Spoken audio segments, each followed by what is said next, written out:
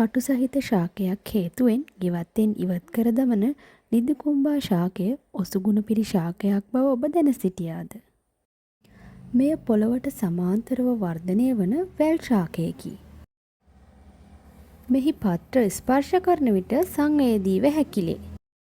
එලෙස පත්‍ර හැකිලෙනුයේ ශාක පත්‍ර කෙළවරේ විශාල ලෙස ජලය තම්පත්ව ඇති බැවිනි. මෙහි පත්‍ර නටුවේ මෙන් කඳෙහි තියුණු කොට තිබේ. රෝස පැහැති මල් ඇති මෙම ශාකය ඉතාම පහසුවෙන් ඔබට හඳුනාගත හැකියි.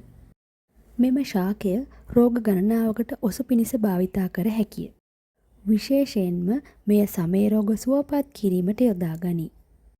මීට අමතරව පිළිකා, ආතරයිටිස්, මුත්‍රා ආසාදන, ආර්ශස්, ලාදුරු, මුත්‍රා ගල්, මානසික ආතතිය, ගුද මාර්ගය ආශ්‍රිත රෝග, ඉදිමුම්, ඔඩු සහිත වන, සුදු කබර රෝගය, අධික ලේ වහනය, ඇදුම, දත් කැක්කුම ආදී රෝග රැසකට ප්‍රතිකාර කිරීමට මෙම ශාකය සහ මුලින්ම යොදාගත හැකියි.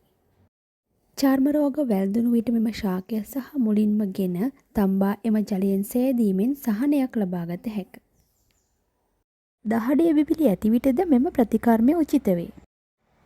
එපමණක් නොව තුවාල සුවපත් කිරීමට හා ලේ ගලන තුවාලයක ලේ නතර කිරීමට නිදිකුම්බා ගසක් තලා ඒ යුෂ ආලේප කර ගැනීමෙන් සුවයක් ලබාගත හැකිය.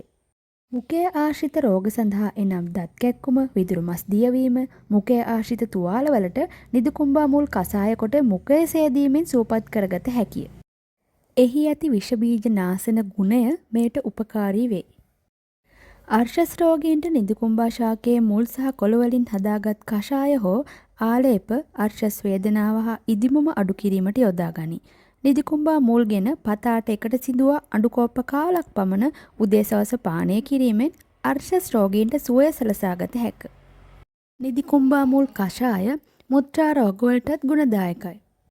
කල්ගත වූ තුවාල සඳහා නිදිකුම්බා සහ අමුකා එකට තම්බා තැඹූ වතුරෙන් තුවාල සේදීමෙන් සුව කරගත හැකිය.